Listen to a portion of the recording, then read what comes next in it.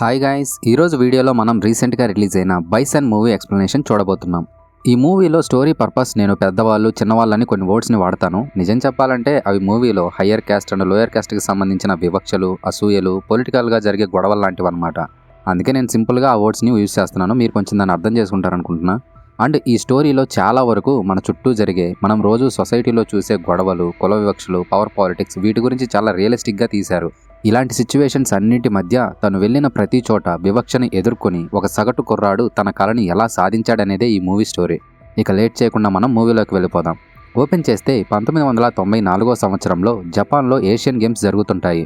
ఆ గేమ్స్లో India kabaddi team ఫైనల్కి చేరుకుని ఉంటుంది.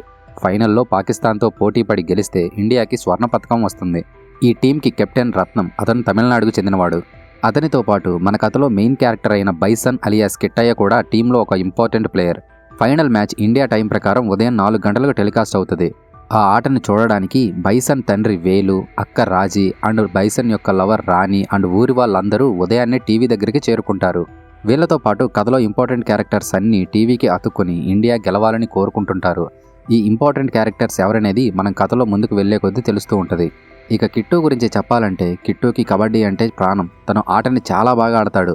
ఎన్నో కష్టాలు పడి ఎన్నో కంచెలు దాటుకుని ఈ స్థాయికి చేరుకుంటాడు. కానీ టీం కోచ్ మాత్రం కిట్టుని సబ్స్టిట్యూట్గా పక్కన పెడతాడు తప్ప ఒక్క మ్యాచ్ కూడా ఆడనివ్వడు. ఫైనల్ మ్యాచ్ ఆడే టీంలో కూడా కిట్టుని యాడ్ చేయడు. కిట్టు చాలా బాగా ఆడతాడని రత్నంకి బాగా తెలుసు. అందువల్ల ఏంటిది ఫైనల్ మ్యాచ్లో కూడా కిట్టుని ఆడనివ్వడం లేదు, తను చాలా మంచి ప్లేయర్ అని కోచ్తో ఆర్గ్యూ చేస్తాడు. ఈ కోచ్కి కిట్టు అంటే అసలు ఇష్టం ఉండదు. దానికి కారణం కిట్టు తక్కువ జాతివాడని. జపాన్ వరకు వచ్చి ఒక్క గేమ్ కూడా ఆడలేకపోతున్నానని కిట్టు చాలా బాధపడుతుంటాడు. కట్ చేస్తే ఫైనల్ మ్యాచ్ మొదలవుతుంది. అంత దూరం తీసుకుని వెళ్ళి కిట్టుని ఎందుకు ఒక్క మ్యాచ్ కూడా ఆడనివ్వడం లేదని ఊరి వాళ్ళందరూ అనుకుంటుంటారు. ఇండియా గెలవడంతో పాటు వాడి ఆటను కూడా చూడాలని వేలు ఎదురు చూస్తుంటాడు. కానీ వాడిని మాత్రం ఒక్క గేమ్ కూడా ఆడనివ్వరు. ఆ గేమ్ దగ్గర కూర్చున్న కిట్టు తను ఎన్ని అడ్డంకులను దాటుకుని వచ్చాడు అనేది ఒకసారి గుర్తు చేసుకుంటాడు. కట్ చేస్తే ఇప్పుడు స్టోరీ 3-4 సంవత్సరాలు వెనక్కి వెళ్తుంది. వనతి అనే మారుమూల గ్రామంలో వేలుస్వామికి పుట్టిన బిడ్డే ఈ కిట్టు.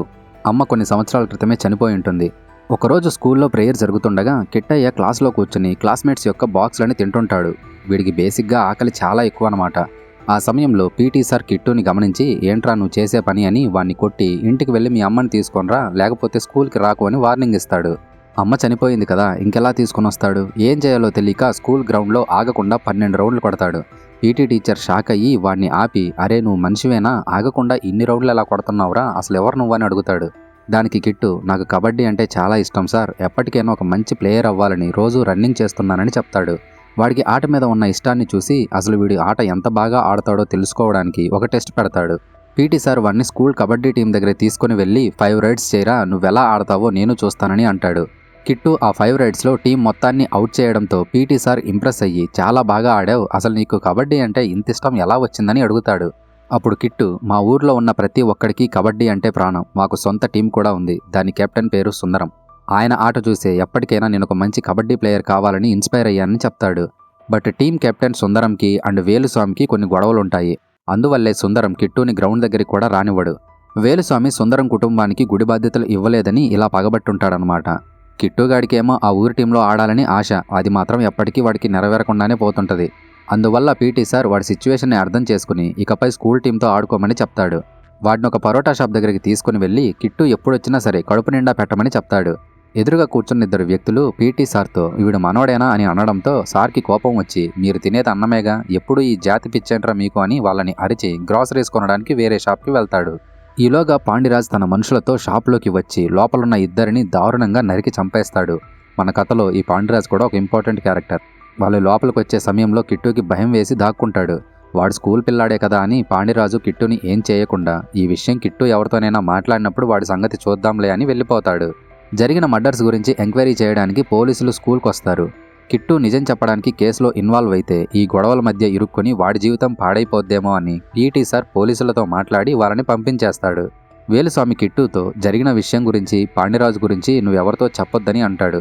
అప్పుడు కిట్టు, నువ్వు పాండిరాజు చాలా మంచివాడని చెప్పావు కదా, కానీ తనెందుకని ఇలా హత్యలు చేస్తున్నాడని అడుగుతాడు. అప్పుడు ఆయన, మన ప్రాంతాలలో ఉండే కుల వివక్ష గురించి అండ్ ఎక్కువ తక్కువ అనే ఆలోచనల గురించి నేను ప్రత్యేకంగా చెప్పాల్సిన పనిలేదు. కొన్ని వందల సంవత్సరాలుగా మనుషుల మనసుల్లో ఈ భావనలన్నీ నాటుకుపోయాయి. వాటిని తీసివేయడం ఎవరి తరమూ కాదు. కిట్టు వాళ్ళ ఊరిలో కూడా ఎన్నో ఏళ్లుగా మనుషుల మధ్య ఇలాంటి వివక్షలు ఉంటూనే ఉన్నాయి. తక్కువ వాడికి ఎక్కువ వాడికి మధ్య ఎన్నో కంచెలున్నాయి. ఆ కంచెలన్నింటినీ దాటుకొని జనం కోసం నిలబడిన వాడే ఈ పాండిరాజు. పెద్దవాడు చిన్నవాడిని తొక్కే ప్రతి చోట పాండిరాజు చిన్నవాడికి అండగా నిలబడడం మొదలు పెడతాడు. సింపుల్గా మన భాషలో చెప్పాలంటే లోయర్ వర్గం వాళ్ళకి పాండిరాజు లీడర్ అవుతాడు. అప్పుడు హయ్యర్ వర్గం వాళ్ళందరూ వదలరు కదా, వాళ్ళందరూ పాండిరాజుకి విరోధులవుతారు. ఈ ప్రాసెస్లో ఒకరోజు కందసామి తమ్ముడికి పాండిరాజు చేసే పనుల వల్ల కోపం వచ్చి నీ స్థాయి తెలుసుకుని ప్రవర్తించు, లేకపోతే కాల్చి చంపేస్తానని వార్నింగ్ ఇస్తాడు. ఆ టైంలో కందసామి తమ్ముడు వాళ్ళందరినీ తక్కువ వాళ్ళని తిట్టడంతో పాండీకి బాగా కోపం వచ్చి ఒక కర్రతో వాడి తల పగలగొట్టడంతో వాడక్కడికక్కడే చనిపోతాడు. కందసామికి ఈ విషయం తెలిసిన తర్వాత పాండిరాజు మనుషుల మీద అటాక్ చేస్తాడు. ఆ తర్వాత పాండిరాజు కందసామి మనుషుల మీద అటాక్ చేస్తాడు. అలా ఇద్దరి మధ్య కొన్ని సంవత్సరాలుగా ఈ గొడవలు మొదలవుతాయి. పాండిరాజు కత్తి పట్టుకోవడానికి కారణం ఎవడూ ఎక్కువ కాదు, ఎవడూ తక్కువ కాదు అని తెలియజేయడం కోసం. కానీ రాను రాను పాండిరాజు ఫాలోవర్స్ కానీ కందసామి ఫాలోవర్స్ కానీ అది పర్సనల్ గొడవలుగా తీసుకోవడం మొదలు పెడతారు. ఒక తక్కువ వాడు మాలాంటి పెద్దోళ్ళ మీదకి ఎదురు తిరగడం ఏంటని పెద్దోళ్ళందరూ ఒకటైపోయి కందసామికి సపోర్ట్ చేస్తారు. మా వాడొకడు మా కోసం నిలబడ్డాడని చిన్నోళ్ళందరూ పాండిరాజు వైపు వచ్చేస్తారు. పాండిని అభిమానించే వాళ్ళు అతని ఫోటోని ఇంట్లో పెట్టుకుంటారు. అలాగే కందసామిని అభిమానించే వాళ్ళు అతని ఫోటోని ఇంట్లో పెట్టుకోవడం మొదలు పెడతారు. ఇలా కొన్ని సంవత్సరాలుగా ఈ గొడవలు జరుగుతూనే ఉంటాయి. ఇప్పుడు ఈ స్టోరీ అంతా కూడా వేలుస్వామి కిట్టుకి చెప్తాడు. కిట్టు కేసుల్లో ఇరుక్కోకుండా పోలీసుల విషయంలో హెల్ప్ చేసినందుకు వేలుస్వామి పీటీ సార్కి థ్యాంక్స్ చెప్పి, సార్ ఇకపై వీడు కబడ్డీ ఆటకు రాడు, మా ఊరిలో చిన్న చిన్న గొడవలే పెద్దవవుతున్నాయి, ఈ గొడవల వల్ల నా కొడుకు జీవితం బలైపోతే నేను చూడలేను, మాలాంటి వాళ్ళు ఎంత గొప్పగా ఆట ఆడినా సరే, పెద్ద పెద్ద కలలు కన్నా సరే వాటి వరకు మేము వెళ్ళలేం సార్, మమ్మల్ని వదిలేయండి అని అంటాడు. పీటీ సార్ వేలుస్వామిని కన్విన్స్ చేయాలని చూసినా సరే వేలుస్వామి వినడు. అప్పుడు రాజీ, నాన్న నా లైఫ్ ఎలాగూ 4 గోడల మధ్య ఆగిపోతుంది, వాన్నైనా నచ్చిన డ్రీమ్ వైపు వెళ్ళనిద్దామని కిట్టుకి సపోర్ట్ ఇస్తుంది. ఇక కిట్టు ఆ రోజు నుంచి స్కూల్ టీంతో ఆడుతూ చాలా గేమ్స్ని గెలుస్తూ తన ఆటని ఇంకా మెరుగుపరుచుకుంటాడు. ఒకరోజు కులదైవానికి మేకపోతుని బలివ్వాలని వేలుస్వామి తన వాళ్లతో బస్సు ఎక్కుతాడు. బలివ్వడానికి తీసుకెళ్తున్న పోతు బస్సులో వెంకటేశం అనే వాడి కాలి మీద ఉచ్చపోస్తుంది. వాడికి ఆ విషయాన్ని పెద్ద గొడవ చేస్తాడు. వేలుస్వామి మాత్రం గొడవద్దు అని ఎంత తగ్గినా సరే వాడు మాత్రం ఆగడు. వేలుస్వామి మీద కూడా చేయి చేసుకుంటాడు.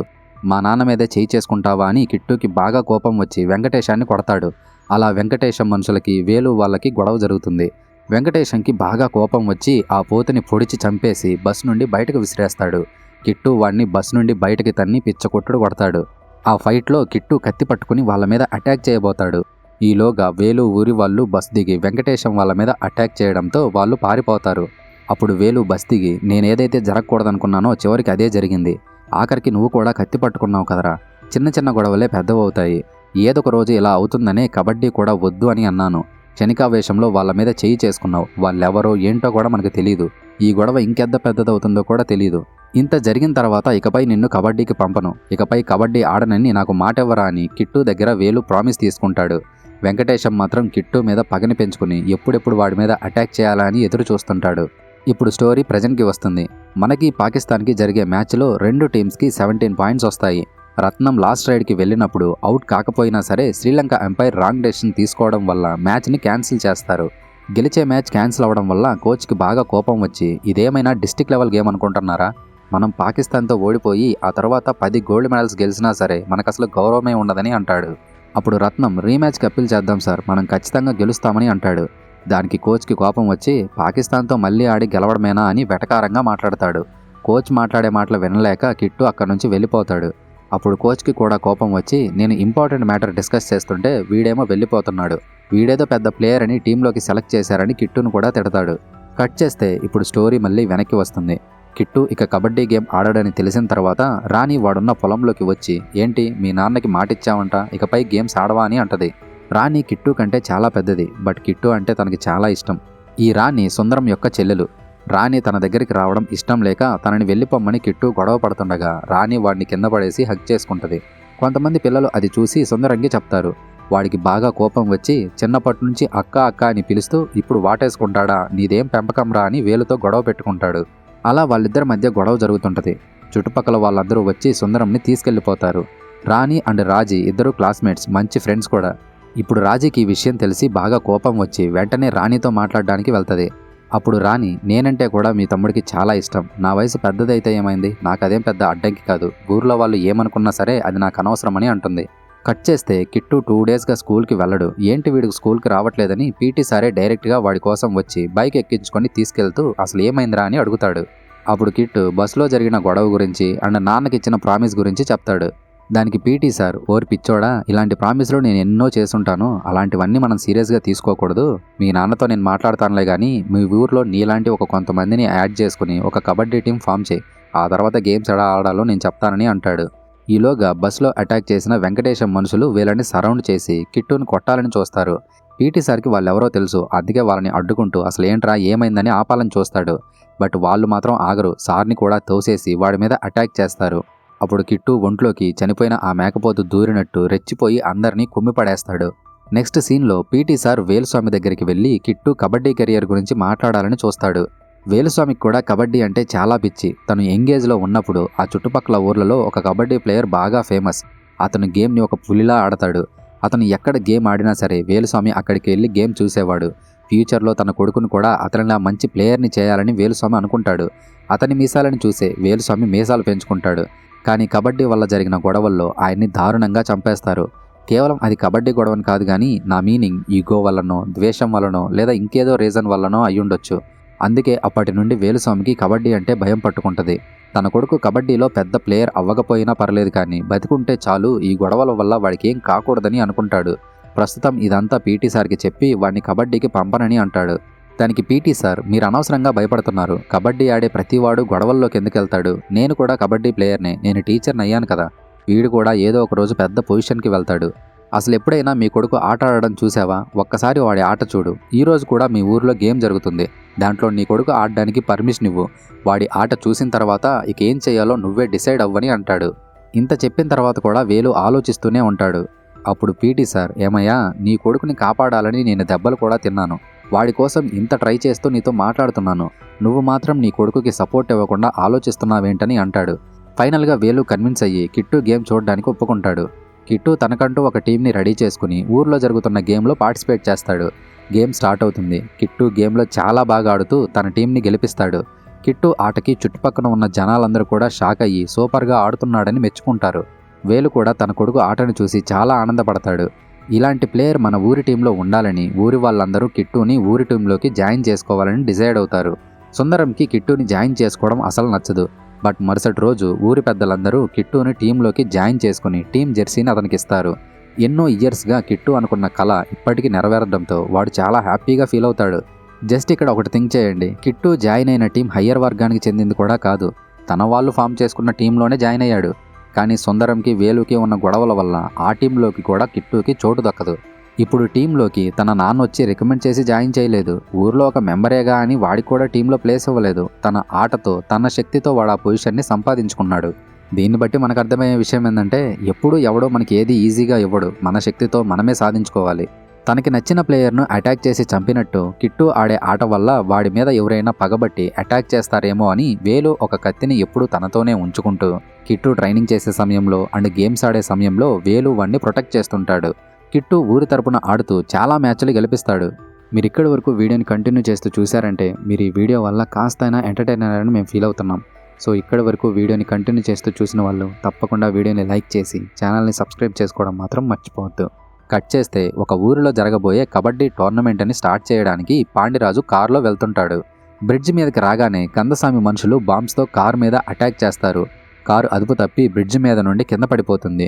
కారులో ఉన్న అందరూ చనిపోతారు. పాండిరాజు కొనప్రాణంతో ఉంటాడు. అప్పుడు శ్రీను కందసామితో, కిందకి వెళ్ళి వాడిని చంపేద్దాం, వాడు బ్రతికితే ప్రాబ్లం అని అంటాడు. దానికి కందసామి, వాడు నరకం అనుభవిస్తూ చావాలి, ఒకవేళ వాడు బ్రతికి వస్తే నాకేం భయం, వాడిని తరిమి చంపుతానని అంటాడు. మరోవైపు పాండిరాజు వస్తాడని టోర్నమెంట్ దగ్గర అందరూ ఎదురు చూస్తుంటారు. ఆయన చనిపోయాడనే విషయం వేలుకి తెలిసి గేమ్స్ దగ్గర పెద్ద గొడవ అవుతుందని కిట్టుని తీసుకుని అక్కడి నుంచి వెళ్ళిపోతాడు.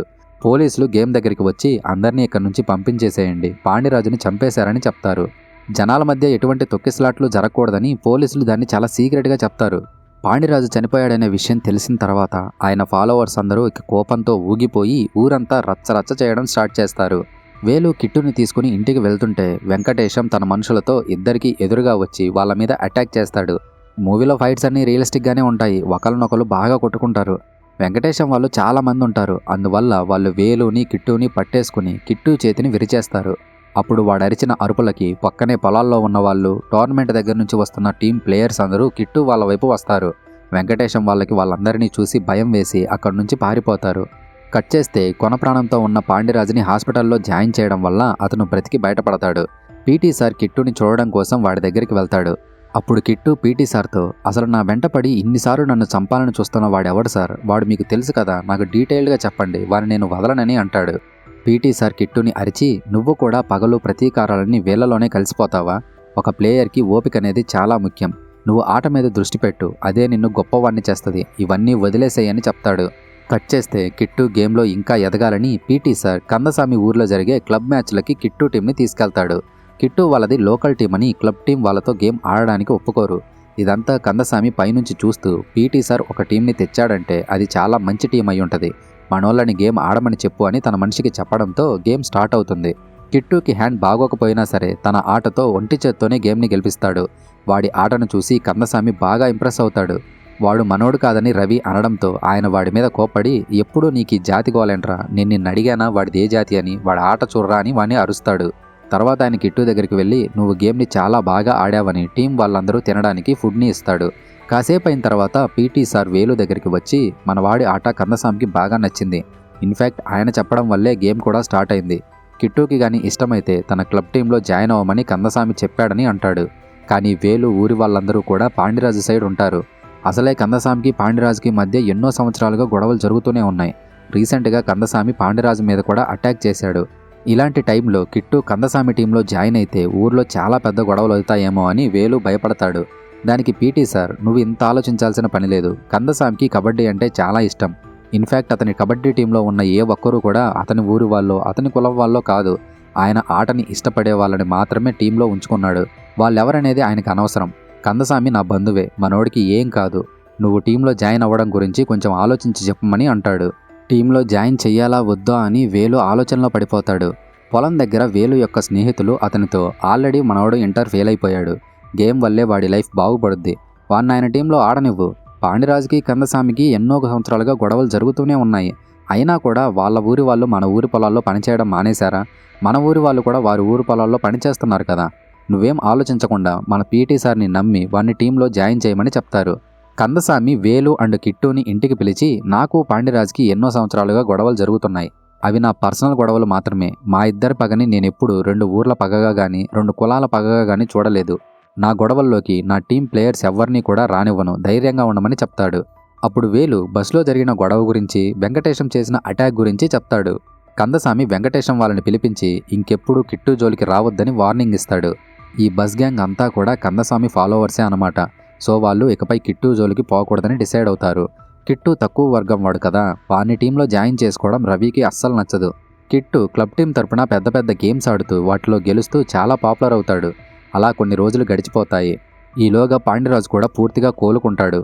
ఒకరోజు రాత్రి కందసామి కబడ్డీ టీంతో కలిసి ఇంటి దగ్గర భోజనం చేస్తుంటాడు. అప్పుడు రవి, ఆ కిట్టు గాన్ని ఎందుకు దగ్గరికి రాణిస్తున్నావు, వాడు మనోడు కాదని కందసామితో అంటాడు. ఆయనకి కోపం వచ్చి, ఏందిరా ప్రతిసారి నీ గోల, ఎప్పుడు ఇదే పట్టుకుని వేలాడతావేంటి, ఇంకోసారి వాన్నలా అంటే చంపేస్తానని అంటాడు. కట్ చేస్తే పాండిరాజు మనుషులు కందసామి ఇంట్లో బాంబ్స్ వేసి అటాక్ చేస్తారు. ఆ అటాక్కి ప్లేయర్స్ అందరూ భయపడి దాక్కుంటారు. పాండిరాజు మనుషులు ఇంట్లోకి దూరి ఇద్దరిని చంపేస్తారు. కందసామి గన్తో వాళ్ళ మీద అటాక్ చేయడంతో వాళ్ళక్కడి నుంచి పారిపోతారు. తన మనుషులు చనిపోవడంతో కందసామి బాగా బాధపడి, అసలు వాళ్ళు ఇక్కడికి ఎలా వచ్చారా అని రవిని అడగ్గా వాడు కిట్టు వైపు చూస్తాడు. కందసామి కిట్టుని పక్కకు పిలిచి, నువ్వు ఇక్కడ ఉండడం మంచిది కాదు, నేను పిలిచినప్పుడు రా, ఇప్పుడు ప్రస్తుతం ఇంటికి వెళ్ళిపో అని అంటాడు.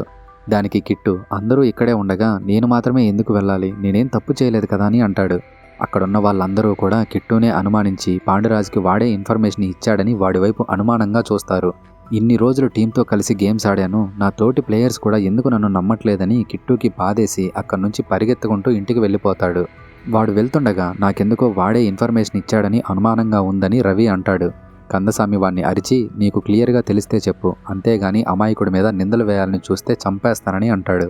కిట్టు ఇంటికి వచ్చి బాధపడుతూ జరిగిందంతా తన నాన్నకు చెప్పి, నన్నెవరూ నమ్మట్లేదు, నేను ఇన్ని రోజులు గేమ్ ఆడినా నా టీం ప్లేయర్స్ కూడా నన్నే అనుమానిస్తున్నారు, ఇంక నేను గేమ్ని ఎంత బాగా ఆడినా ఏం ఉపయోగం ఉంది, ఇకపై నేను కబడ్డీ జోలికి వెళ్ళనని అంటాడు. మరుసటి రోజు ఉదయం కందసామిని కలిసి అదే విషయం చెప్తాడు. దానికి ఆయన, నీ ఆట చూసినప్పుడు నీలాంటి వాడు నా టీంలో ఉండాలని అనుకున్నా, నేను అలా అనుకున్న రోజు నువ్వెవరు, నీ కులమేంటి, నీ మతమేంటని నేనెప్పుడూ ఆలోచించలేదు. కేవలం నీ ఆట నచ్చి నువ్వు ఇంకా పైకి ఎదగాలని అనుకున్నా. ఎప్పటికైనా నువ్వు కబడ్డీలో మంచి పొజిషన్కి వెళ్తావు, గొప్పగా సాధిస్తావు. నువ్వు అలా సాధించడం నాకు చాలా గర్వకారణం. కబడ్డీని మాత్రం వదలకు. నువ్వు నేను పుట్టకముందే ఈ మట్టిలో కులాలు, మతాలు, గొడవలు మొదలయ్యాయి. ప్రతిరోజు నేను నా గౌరవం కోసం యుద్ధం చేస్తూనే ఉన్నాను. నీకు నీ ఆట వల్లే గౌరవం వస్తుంది, దాన్ని మాత్రం వదలకు. నేను ఆల్రెడీ వేరే టీం వాళ్ళతో మాట్లాడాను, ఆ టీంలో నువ్వు జాయిన్ అవ్వని చెప్తాడు. కట్ చేస్తే పీటీ సార్ కిట్టుని ఒక కబడ్డీ అకాడమీలో జాయిన్ చేస్తాడు. అక్కడ కూడా వాడికి తన టీమ్మేట్స్ నుండి వివక్ష సెగ తగులుతూనే ఉంటుంది. ఎంత బాగా ఆడినా సరే స్టేట్ టీంకి కూడా వాడిని సెలెక్ట్ చేయరు. కిట్టు ఎంత బాగా ఆడగలడో అకాడమీ కోచ్కి కూడా తెలుసు. వాడిని సెలెక్ట్ చేయలేదని ఆయన కూడా కొంచెం బాధపడతాడు. ఆయన వాడి దగ్గరికి వెళ్ళి నెక్స్ట్ డే సెలక్షన్ మ్యాచ్ ఉంది, ఆల్రెడీ స్టేట్ టీంకి సెలెక్ట్ అయ్యే వాళ్ళ పేర్లు కూడా వచ్చేసాయి, నేనేం అందులో లేదు. సో రేపు నువ్వెంత బాగా ఆడినా సరే యూజ్ లేదని చెప్తాడు. ఆ మాటలకి వాడికి బాధేసి, సార్ ఇలా మాట్లాడితే ఎలా, ఒట్టి చేతులతో నేను ఇంటికి వెళ్ళలేరని బాధపడతాడు. తర్వాత వాడు ఇంటికి కాల్ చేసి టీంలోకి తనని సెలెక్ట్ చేయలేదని వేలుకి చెప్పి బాధపడతాడు. వాడు ఏడవడంలో చాలా న్యాయం ఉంది. ఎందుకంటే వాడెంత బాగా ఆడగలుగుతాడు అనేది ఒక రీజన్ అయితే, ఎన్నో అడ్డంకులని దాటి ఇక్కడి దాకా వాడొచ్చాడు. ఇక్కడ సెలెక్ట్ అయితేనే వాడి కష్టానికి అర్థం ఉంటుంది. అప్పుడు వేలు కిట్టుతో, ఎవడు మనకి ఏది ఊరికే ఇవ్వడు, ఏదో ఒక రాజకీయం చేసి నిన్ను సెలెక్ట్ చేయలేదనుకుందాం. రేపటి ఆటలో నీ సత్తా ఏంటో చూపించు, మిగిలిందంతా దేవుడు చూసుకుంటాడని చెప్తాడు. మరుసటి రోజు కిట్టు టీంకి రత్నం టీంకి సెలక్షన్ మ్యాచ్ జరుగుతుంది. గేమ్లో కిట్టు చాలా బాగా ఆడి గేమ్ విన్ అయ్యేలా చేస్తాడు. సెలక్షన్ కమిటీ బోర్డు మెంబర్ అయిన కనియప్పన్ అండ్ అతని కూతురు పుష్పకి కిట్టు ఆట బాగా నచ్చుద్ది. ఆ రోజు ఈవినింగ్ వాళ్ళు అండ్ రత్నం కిట్టు దగ్గరికి వెళ్ళి నువ్వు గేమ్ చాలా బాగా ఆడావని అప్రిషియేట్ చేసి, రేపు రాబోయే అఫీషియల్ సెలక్షన్ లిస్ట్లో నీ పేరు ఖచ్చితంగా ఉంటుంది, నిన్ను మేము యాడ్ చేశామని చెప్తారు. ఆ మాట వినగానే కిట్టు ఒక్క క్షణం ఆనందంతో నిశ్శబ్దంగా కూర్చుండిపోతాడు. మరోవైపు సుందరం రాణికి పెళ్లి చేయాలని ఒక సంబంధం తీసుకొస్తాడు. వేలు సుందరం ఇంటికి పెద్ద మనుషుల్ని పంపి రాణిని కిట్టుకి ఇవ్వమని మాట్లాడిస్తాడు. బట్ సుందరం మాత్రం ఒప్పుకోడు.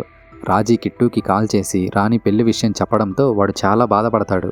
కట్ చేస్తే కిట్టు స్టేట్ టీంకి సెలెక్ట్ అయ్యి దాని తరపున ఆడుతూ ఎన్నో గేమ్స్లో గెలుస్తూ నేషనల్ సెలక్షన్ కమిటీ దృష్టిలో పడతాడు.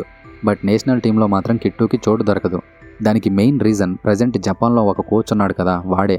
కిట్టుకి నేషనల్ టీంలో చోటు దక్కేలాగా కనియప్పన్ చాలా పోరాడతాడు, కానీ దానివల్ల ఏ ఉపయోగం ఉండదు. నేషనల్ టీంకి కిట్టు సెలెక్ట్ అవ్వలేదని కనియప్పన్ వాడికి చెప్పడంతో వాడు బాగా బాధపడి, పర్లేదు సార్, నేను ఎక్కడికి వెళ్ళినా సరే ప్రతి ఒక్కరూ నేను ఎక్కడి నుండి వచ్చానో గుర్తు చేస్తూనే ఉంటారు, ప్రతి చోట ఇలా కులవివక్ష చూపిస్తూనే ఉన్నారని బాధపడి అక్కడి నుంచి వెళ్ళిపోతాడు. పుష్ప కనియప్పన్ని పిలిచి, ఏం జరిగినా సరే కిట్టుకి టీంలో చోటు దొరికేలా చూడు నాన్న, వాడెంతో కష్టపడి ఇక్కడి వరకు వచ్చాడు, మనమే వాడికి తోడుండాలని చెప్తుంది. కట్ చేస్తే ఒక ముసలాయన చావు బ్రతుకుల మధ్య ఉండి పాండిరాజును చూడాలని కలవరిస్తుంటాడు. ఆ ఇంట్లో వాళ్ళు పాండిరాజుని ఇంటికి పిలిపిస్తారు. పాండిరాజు ఆ ఇంటి దగ్గరికి వచ్చిన తర్వాత అతని మనుషులంతా బయట కూర్చుంటారు. పాండిరాజు ఆ ముసలాయన దగ్గరికి వెళ్తాడు. ఆయన అలా వెళ్ళగానే ఇంట్లో ఉండే ఆడమ్మ డోర్ క్లోజ్ చేసేస్తుంది. వెంటనే కందసామి మనుషులు పాండిరాజు మీద అటాక్ చేసి దారుణంగా చంపేస్తారు.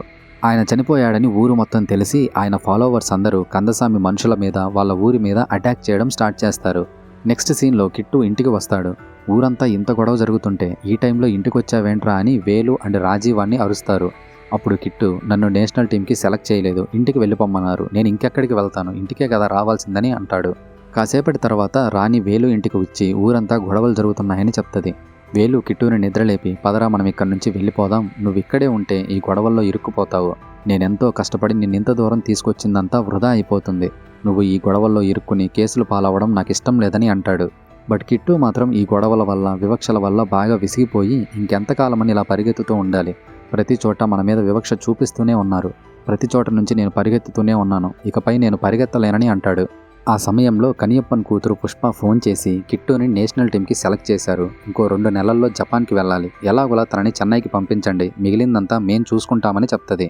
విషయం తెలిసి ఇంట్లో వాళ్ళు హ్యాపీగా ఫీల్ అవుతారు. కానీ ఈ గొడవలన్నింటినీ దాటుకొని ఎవరికంటా పడకుండా ముందు చెన్నైకి వెళ్ళాలి. అందువల్ల వేలు కిట్టును తీసుకుని పంట పొలాల నుంచి వెళ్తుంటాడు. ఒకచోట ఇద్దరు పోలీసుల కంట పడతారు. పోలీసులు వేలుని పిలిచి, అసలు ఈ టైంలో ఇక్కడేం చేస్తున్నారు, ఎక్కడికి వెళ్తున్నారని అంటాడు. అసలే పాండిరాజ్ చనిపోయి ఉన్నాడు కదా, ఈ టైంలో నిజం చెప్తే ఏదైనా ప్రాబ్లం అవుతుందని నా కొడుకుని హాస్టల్లో వదిలిపెట్టడానికి వెళ్తున్నానని వేలు అబద్ధం చెప్తాడు. ఎస్ఐ వేలుని చెక్ చేసినప్పుడు అతని నడుము దగ్గర ఉన్న కత్తి కనిపిస్తుంది. కత్తి పెట్టుకుని తిరుగుతున్నావేంట్రా అని వేలు మీద ఎస్ఐ చేయి చేసుకుంటాడు. మా నాన్న మీద చేయి వేస్తావా అని కిట్టు ఎస్ఐని గట్టిగా తన్నుతాడు. ఇక పోలీసులు ఇద్దరిని పట్టుకుని బాగా కొడతారు. అప్పుడు వేలు ఎస్ఐతో, సారీ సార్, నేను మీకు అబద్ధం చెప్పాను, దయచేసి నా కొడుకును వదిలేయండి. వాడు నేషనల్ కబడ్డీ ప్లేయర్. ఇంకో 2 నెలల్లో జపాన్లో జరగబోయే ఏషియన్ గేమ్స్కి వెళ్ళాలి. ఊరిలో జరిగే గొడవల వల్ల నా కొడుకుకి ఏదైనా అవుతుందేమో అని మా రక్షణ కోసం కత్తిని తీసుకొని వచ్చాను. అంతే తప్ప దాంతో ఎవరికి హాని చేయాలని కాదు. ఆ కత్తుంది నా దగ్గర కదా, నన్నేదైనా చేయండి, కానీ నా కొడుకును మాత్రం వదిలేయండి. వాడి జీవితం నాశనం అవడం నాకు ఇష్టం లేదని పోలీసులను బ్రతిమలాడతాడు. ఈలోగా అటు వెళ్తున్న పై ఆఫీసర్స్ అక్కడికి వస్తారు. వాళ్ళలో ఉన్న ఒక కానిస్టేబుల్ కిట్టుని గుర్తుపట్టి ఇతను చాలా మంచి కబడ్డీ ప్లేయర్, నేషనల్స్కి కూడా సెలెక్ట్ అవుతాడని న్యూస్ వచ్చిందని చెప్తాడు. పోలీసులు వాళ్ళ సిచ్యువేషన్ని అర్థం చేసుకుని కిట్టుని తమ జీబులోనే ఎక్కించి, ఈ గొడవలన్నింటినీ దాటి జపాన్ వరకు వెళ్తున్నావు, బాగా ఆడి మన దేశానికి పేరు తీసుకురా అని చెప్పి పంపిస్తారు. వేలుస్వామి కిట్టుతో, ఇక్కడున్న కులం, మతం, జాతి, వర్గం ఈ కంచెలన్నింటినీ దాటి ఇంతవరకు పాండ్యరాజు మాత్రమే నాయకుడిగా మారాడు. కానీ అతను వెళ్ళిన రూట్ మాత్రం కరెక్ట్ కాదు. వీటన్నింటినీ దాటుకుని మన జీవితాలని మార్చగలిగే ఆట వైపు నువ్వు వెళ్తున్నావు. మీ నాన్న కోసమైనా దీనిని సాధించి తిరిగి రారా అని చెప్తాడు. ఇది ఇప్పటి వరకు జరిగిన మన కిట్టు యొక్క స్టోరీ. ప్రస్తుతం ఇండియా పాకిస్తాన్ మ్యాచ్ క్యాన్సిల్ అయింది కదా. ఇండియన్ టీం కెప్టెన్ రత్నం మాత్రం రీమ్యాచ్కి అపీల్ చేస్తాడు. మ్యాచ్ కూడా ఓకే అవుతుంది. అసలు ఎవరిని అడిగి మ్యాచ్కి రీఅపీల్ చేశావని కోచ్ రత్నంని అరుస్తాడు. ఒకవేళ మ్యాచ్లో ఓడిపోతే రెస్పాన్సిబిలిటీ నువ్వు చూసుకుంటావా? సీనియర్ ప్లేయర్స్ అందరినీ వదిలేసి ఆ కిట్టుని గేమ్లోకి ఎందుకు తీసుకున్నావని అరుస్తాడు. దానికి రత్నం, మేము ఖచ్చితంగా గెలుస్తాం సార్, నాకు ఆ నమ్మకం ఉంది. కిట్టు చాలా మంచి ప్లేయర్, వాడు బాగా ఆడతాడు. మీరన్నట్టుగా ఈ గేమ్లో మనం ఓడిపోతే ఈ బిల్డింగ్ మీద నుంచి నేను కిందికి దూకేస్తానని అంటాడు. ఇండియా పాకిస్తాన్ మ్యాచ్ స్టార్ట్ అవుతుంది. ఊరి వాళ్ళందరూ కూడా టీవీకి అతుక్కుని ఇండియా గెలవాలని వేడుకుంటుంటారు. హాఫ్ మ్యాచ్ జరిగే సమయానికి ఇండియా 3 పాయింట్లతో లీడ్లో ఉంటుంది. గేమ్ ఇలానే జరిగితే ఖచ్చితంగా ఇండియా గెలుస్తుందని అందరూ అనుకుంటుంటారు. తీరా చూస్తే సెకండ్ హాఫ్ మ్యాచ్లో పాకిస్తాన్ పుంజుకుని ఇండియాతో సమానంగా 27 పాయింట్లు తెచ్చుకుంటుంది. పాకిస్తాన్ వాళ్ళు రైడ్కి వచ్చి ఒకేసారి కెప్టెన్ అండ్ కిట్టు ఇద్దరిని అవుట్ చేస్తారు. కోచ్ వాళ్ళ దగ్గరికి వెళ్ళి, ఏదో పెద్ద ఎరగబడుస్తామన్నారు కదా, డ్రా అయిన మ్యాచ్ క్యాన్సిల్ అయినప్పుడు సైలెంట్గా ఉండున్నా సరే మన గౌరవం మనకు దక్కేది. ఇప్పుడు చూడండి, పాకిస్తాన్ చేతిలో మనం ఓడిపోయేలా ఉన్నామని వాళ్ళని ఇన్సల్ట్ చేసి మాట్లాడతాడు. ఒకవేళ ఇంకొక పాయింట్ కానీ వచ్చిందంటే రత్నం కానీ కిట్టు కానీ కోర్టులోకి వెళ్ళొచ్చు. ఆ ఒక్క పాయింట్ కోసం ఇద్దరూ ఎదురు చూస్తుంటారు. కానీ ఈలోపే పాకిస్తాన్ మరో 3 పాయింట్లను గెలుచుకుంటుంది. చివరికి ఎలాగోలా ఇండియన్ టీం 1 పాయింట్ సంపాదించడంతో కిట్టు అండ్ రత్నం చాలా హ్యాపీగా ఫీల్ అవుతారు. అప్పుడు రత్నం కిట్టుతో, ఇదే గేమ్కి లాస్ట్ రైడ్, ఈ రైడ్లో నువ్వు 3 పాయింట్స్ తీసుకుని వస్తే మనం గోల్డ్తో ఇంటికి వెళ్తాం. నువ్వు కోర్టులోకి వెళ్ళు, ఖచ్చితంగా మనం గెలిచేలా పోరాడు అని కిట్టుని పంపిస్తాడు. కోచ్ రత్నం దగ్గరికి వెళ్ళి, నువ్వు వెళ్లకుండా వాణ్ణెందుకు పంపించావని అరుస్తాడు. దానికి రత్నం, మీకు, నాకు, మనందరికీ పాకిస్తాన్తో ఓడిపోతామేమో అనే భయం మాత్రమే ఉంది. కానీ కిట్టుకి మాత్రం మనందరినీ గెలిపిస్తాననే ఆశ, నమ్మకం ఉన్నాయి. ఈ లాస్ట్ రైడ్కి వాడే కరెక్ట్ అని అంటాడు. అనుకున్నట్టుగానే కిట్టు రైడ్కి వెళ్ళి ఒకే దెబ్బకి 3 పాయింట్లను తెచ్చి ఇండియాని గెలిపిస్తాడు. ఇదంతా టీవీలో చూస్తున్న కిట్టు ఫ్యామిలీ, కిట్టుని నేషనల్ టీంకి సెలెక్ట్ అయ్యేలా చేసిన కనియప్పన్, అకాడమీ కోచ్, కిట్టు మీద 3 సార్లు గొడవకు దిగిన వెంకటేశం, ఒకరేంటి ఆఖరికి సుందరం కూడా చాలా సంతోషిస్తాడు. వేలు అండ్ సుందరం కూడా కలిసిపోతారు. కిట్టుని మొదటి నుండి ప్రోత్సహించిన పీటీ సార్ ఆనందానికైతే అవధులే ఉండవు. కట్ చేస్తే కిట్టుకి అర్జున అవార్డుని బహుకరిస్తారు. ఎన్నో అవాంతరాలను దాటుకొని ఇక్కడి దాకా వచ్చిన కిట్టు, అతన్ని ముందుండి నడిపించిన పీటీ సార్ అండ్ అతని నాన్న వేలు ముగ్గురు సంతోషించడంతో మూవీ ఎండ్ అవుతుంది. మనం మళ్ళీ మరో వీడియోతో కలుద్దాం. అంతవరకు టేక్ కేర్, బాయ్.